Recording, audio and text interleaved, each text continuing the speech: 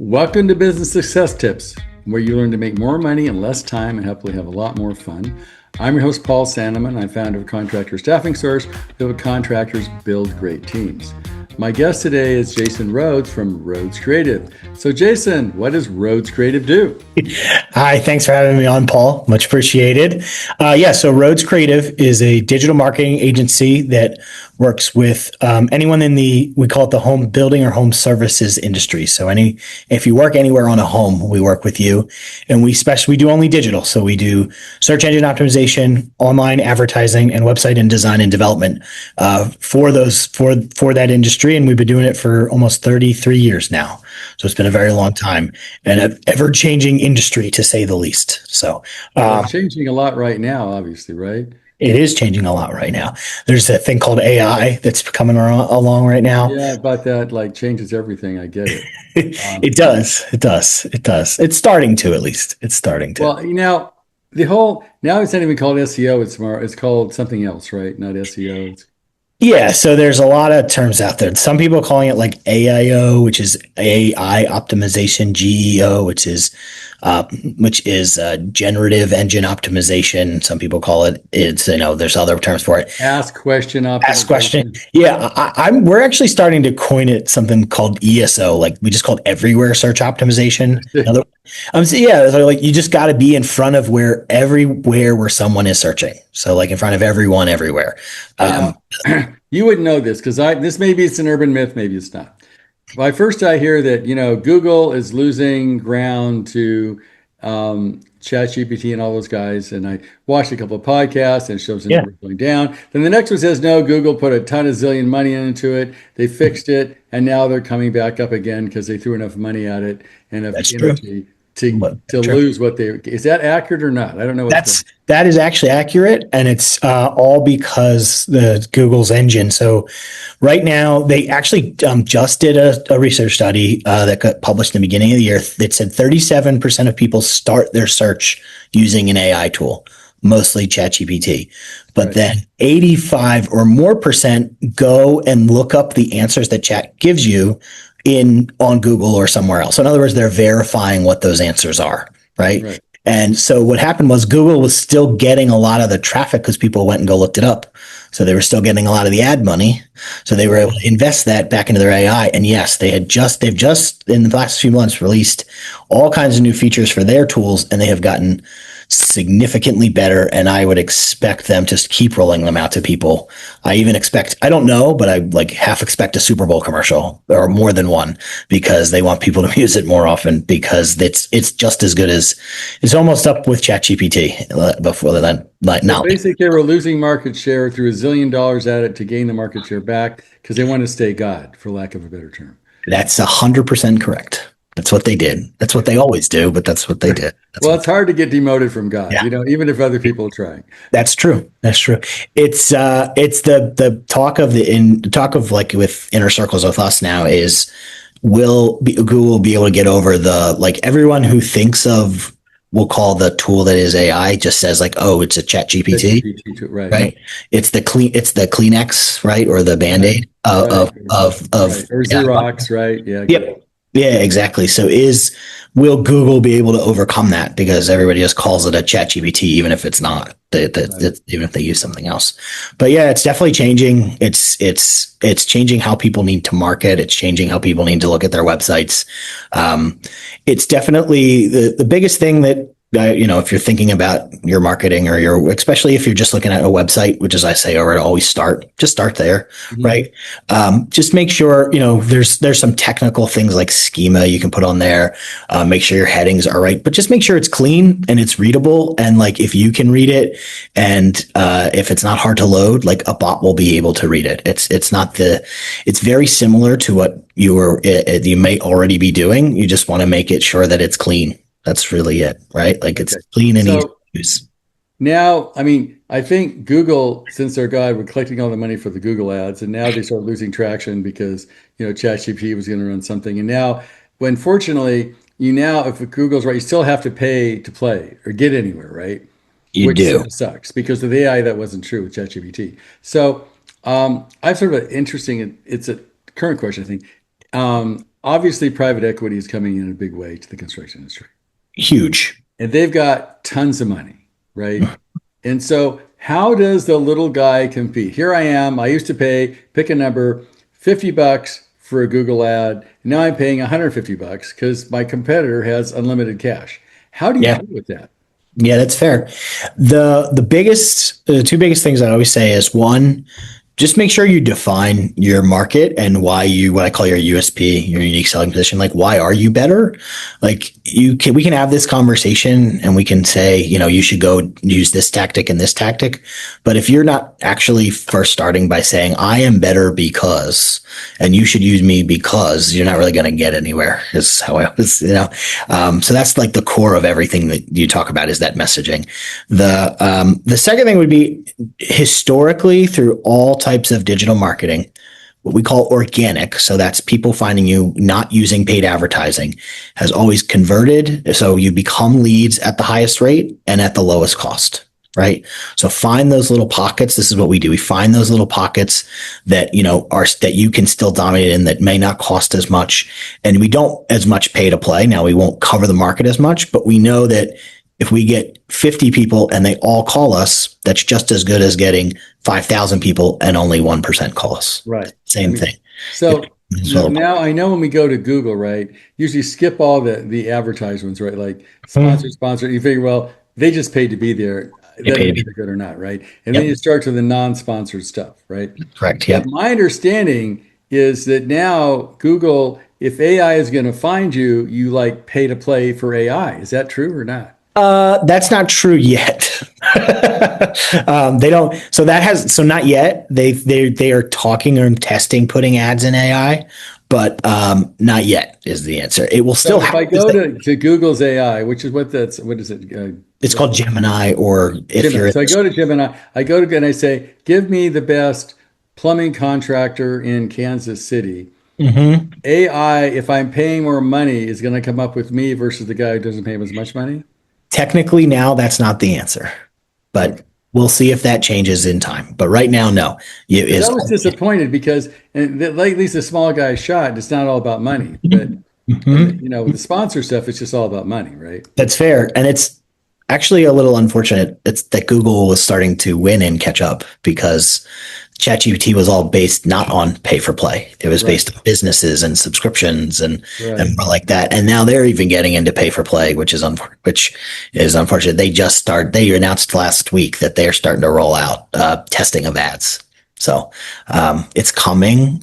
There's definitely a place where it's a part to pay to play, but like I said, I just really is using your metrics to find the things that work, no matter how small, and just optimize and go crazy. It can be, again, if like you said, that example of plumbing in Kansas City, if you figure out that that's your gold nugget, or maybe it's just one town that's near Kansas City and you do every job there, and as long as you capture them, like you can do that. When you use a budget, when you just try and spray money everywhere, you miss a lot of those little opportunities that guys like we can pick up. So what's your advice to the small guy? I mean, this is a big number. What percentage should you spend on marketing? It depends on the company, like how much you spend on a car. You know that. Yeah. But in a sense, how do you determine your marketing budget? And the problem is, if the Google ads are going up because AI is like killing the market with cash, how do you know where to put your money to be the most effective? Yeah, that's fair. Good question. So let's answer first. The typical formula that some will use is 3% of revenue should be marketing. I have always argued that's a great number, but I don't think that's the real world for a lot of companies, right? Especially if your net's 6%. Exactly. Yes, exactly. I don't think that's real. That's if you like Google it or look at like research, I don't think that's the real world number. I think the real world number is closer to 1 or 1.5%. And then, half of that should be digital. And what I mean by that is like SEO or ads, like you were talking about. And then the other half should be, brochures, handouts, anything like that. So that's real quick to your question. How do you prioritize it? I mean, we preach what we call, and even trademarked, like a digital marketing ladder. And it's just to get really good at one thing before you move to the next, And it's all based on what we've found over the last 30 years delivers your best ROI. And as much as you could say to me, like I've had companies is as small as, as small companies as small as one person. I've had one single person say to me, how do I measure my ROI? Like, I don't have a big system. I don't have anything like that. Well, when you get a project, it's really this simple. When you get a project, how did you get it? And then how much did it cost? And even if it's word of mouth, okay, well, how do I get a little more word of mouth? And then if I get a little more, how did I get that? And it can do an ad. If I do an ad in paper A and then an ad online, and if I say, it does take a little bit of tracking, a little bit of background, but it's not like it's not like this big system. It's just right. Prioritize, but then fill that bucket. I think that's what people get a lot of, they kind of go off in tangents. They'll like, oh, this worked. But now I'm going to go try Facebook, and now I'm going to go try Instagram, and now fill that bucket first. Get really good at it. Like, if referrals are your best source, like, lean into it. You don't have to do online. Like, figure out a way to go get more referrals. Like, 80-20 rule. I get it. Yeah. So, now, one of the things that has been my pet peeve of marketing companies in general, and you can, one is I put marketing companies in 3 buckets.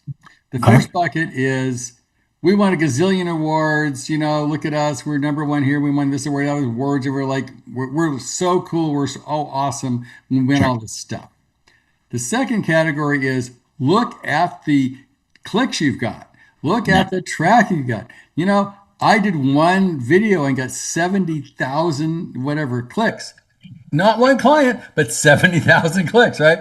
And that's the second. They like base their system on how many responses and clicks, whatever the numbers are, right? Yeah. And there's a third agency which actually works on how much money did we make you? How much money did we make you? That's what it's all about. That's what it's all. To me, that's the only one that really counts. It's the only one that counts. It's all about. It's what I've based this entire agency on.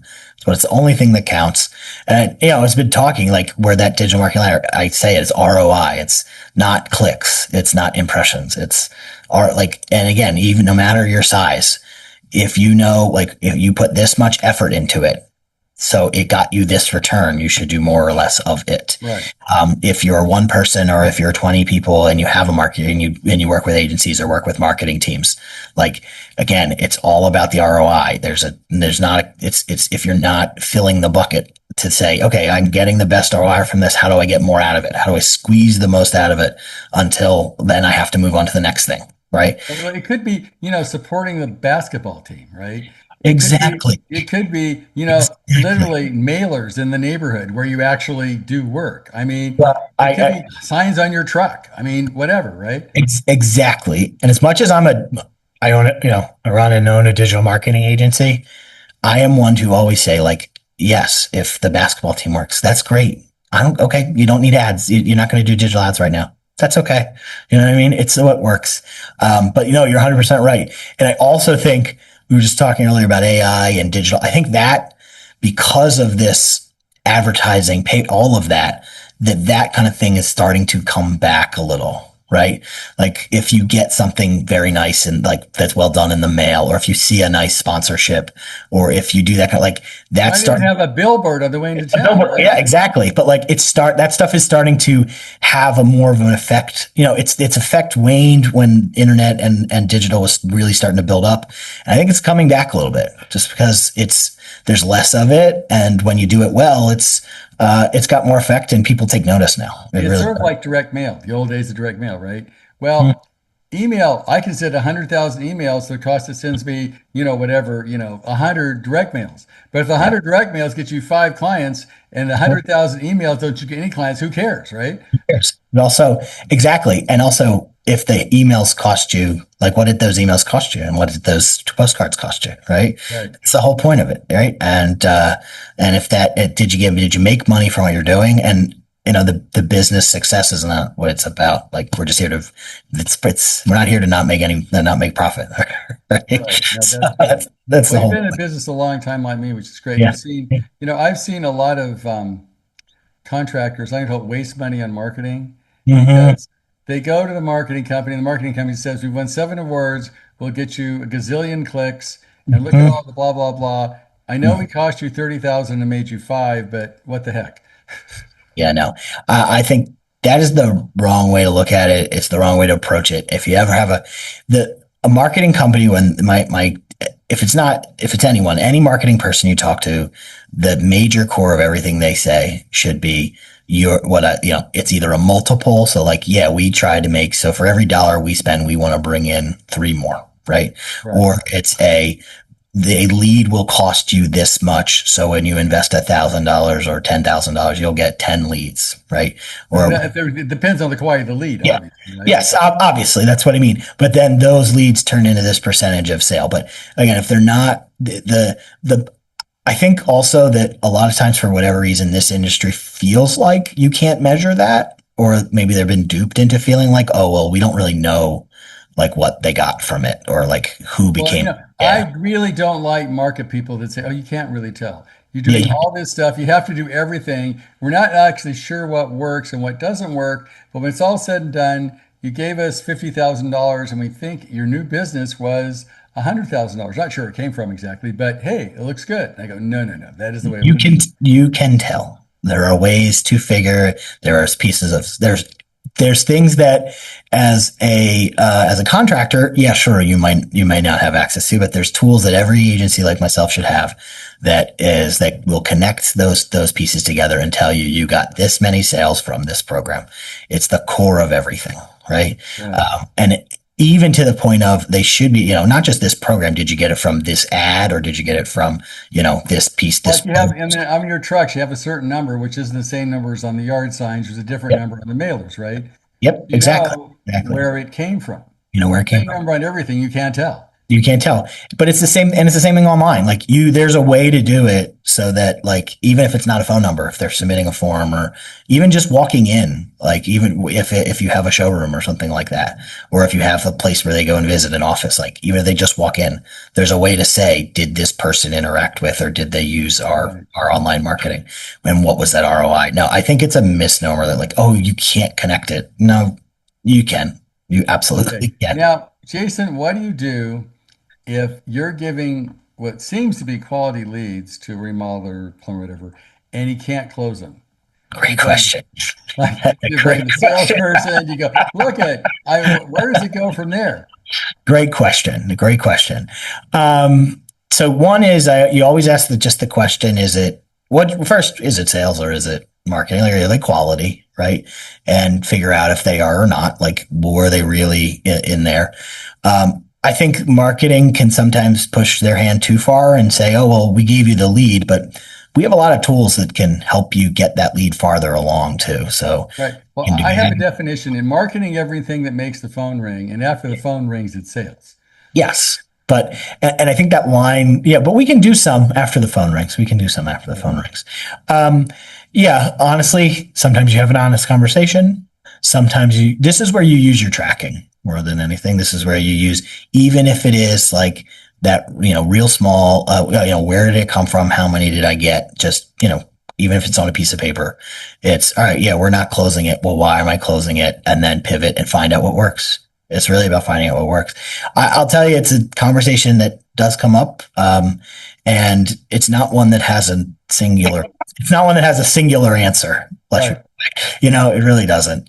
Sometimes but you can come up with numbers. Let's say you can do of 1,000 remodeling contractors. Yes. The average closing ratio is 40%, or throw whatever the number is, right? For companies your size. Yep. And exactly. If your salesman is closing 10%, you probably got the wrong person. That's exactly right. Also, I'll find a lot of times that sometimes they just, because contractors and remodelers are sometimes so busy, I get it. It's hard to sometimes sit down and look at it. There's just a cog in one piece, and if you just fix that part, maybe it's not the closing. Maybe it's just like, oh, we should have followed. Our follow-up needs to be one touch better, and we would have gotten them all, right? Or are they all just stuck in because it took too long to do X again, to get them a proposal? I don't know. Like, sometimes it's just, I find that there's actually, it may not be the person. It's just, there's a piece in the wheel that just is a little broken. That's right. Their sales procedure is not good. Like, you don't get the second appointment. Exactly. I mean, there's procedure and there's people, and both of them have to work. They both have to work. Yeah, no, exactly. Yeah. So, give me one success story and one failure of yours. I want to hear both. Sure. No, that's great. Success story would be I'm going to use a remodeler that's somewhat local. He's in Pennsylvania. I can say it. It's Hallmark. It's a Hallmark Group or Hallmark Homes Group. They have two different sides. About 7 years ago, they started with us just in whole marketing and with this whole section of I just need to drive I need to get something from my marketing. They were doing a lot of everything and they got a lot of clicks, but no one knew what was happening. Right. And over the last it's more than 7 years now, we've really just become their partner, and they have gone from about 10 they've gone from about 7 to 10 projects a year to over 100. And, it's all like, and it's just all this, and I got to give them some credit, some very patient, not too patient, but patient of we're not here to take off like a rocket ship. We're here to grow, and that, we're going to continue to work through and find the things that deliver our best return on investment, and then, that deliver that best return on investment and really attack those and then grow from there, even to the point of like, yes, I know I close better in this area. So if I'm, I was really busy in 2021 or 2022, and I'm going to go to that lead first, even though they called me an hour ago instead of this lead who needs me 2 weeks ago, because I know I close better in that area. Like that's how deep we got. So yeah. And just honestly, the more than 10xing of his business with our help over the last 10 years. So what was the rate of return on the money he spent with you? The rate of return on the money. So he spends with us now. They spend about $60,000 a year, and we are producing about 60 to 70 million in revenue off of that. Whoa! Yeah, and it's trackable, by the way. Like, oh my God. I know. That's amazing. I know that's the thing. I know I can say those numbers confidently because I can tell you, ABC project came from this. You know what I mean? That's the whole key. And again, you don't need a system. It's just that's like 100, some crazy number, right? Like crazy. Okay, cool. Yeah. Well, that's awesome. I hope everyone wants to be like that. Well, give me a failure and why. Failure and why? That's a great question. The failure would definitely be let's use a different let's use a little different plumbing and HVAC that was local, okay. Right? And this was a few years ago, and I went in. There was a company who didn't have much of a digital presence yet. They had a website, but it wasn't where it should have been for their size company. Right. And I went in guns a-blazing that like, oh well, this was 2023. You should be you're going to skyrocket with A and B and C and D, like all this stuff, and take a step back and say, no, we need to get the part settled first. And this what actually started that digital marketing ladder was like, they didn't have defined a great USP. They didn't have a great elevator pitch. They, just like you were saying, the process of sales, they had good people, but the process of like, well, why are we better? Why do you want to buy from us? So it really just, even when they landed on the website, we drove all this stuff, but it was like, okay, what's all these clicks and all this information? And it's like, that's great, but it never got to a lead because we didn't set that base up. And it is the reason why we took a step back and said, all right, we've got to tackle this first with anyone before. Well, failures are usually learning experiences if you want to, right? Yeah, it is. Okay. So Jason, if people want to I'm sure most people listening have some kind of marketing budget. Probably most of them are disappointed with what's happening. Clearly, and they're usually blaming the marketing companies, probably their fault. But if they want to look at something new, they want to say, okay, it's early in the year, let's figure out what can I do different. How do they get in touch with you, and will you evaluate what they're doing? How do they work with you? Yeah, sure. So we're pretty simple. Yes, you can get in touch with us. You can go to our website, which is just Rhoads Creative. We do spell it a little weird, but we'll come up. It's RHOADS, no E. I've had to say that my entire life. Right. But no, you can do that. You can email me. It's just jason@rhoadscreative.com. Check us out. How we work is pretty simple. Yeah, you get in touch with us. We do a full blown, here's our ideas, here's our audit, here's what we see. And here's my favorite thing. You always say, it's all about ROI. I'll do a little we always say we just need 3 months to prove ourselves, and then it's month to month afterwards. So, Wow. yeah. That's And where your money where your mouth is, for sure. yes, put money where our mouth is. And we have our average client retention is 10.2 years. Wow, that's a lot. And they're all on month to month. But yeah, no, that's awesome. So I would say, Jason, I talk to very few people that have the same amount of experience you do. Fair enough. No offense, they're digital guys. Oh, I've been in this 3 years. I'm good, right? Yeah. And you've been with this thing for years and years. You've walked through. I mean, when I started working with literally contractors, they had pagers. So I'm an old guy. They did. So I'll never forget it. I get it. And you've been around a long time. So I would say you're a perfect guy to talk to about, you've been in the industry, you know what's happening, you got 10, 20 years experience, and you can really tell them, look, at what you're doing is good or it sucks and this is why. That is exactly why.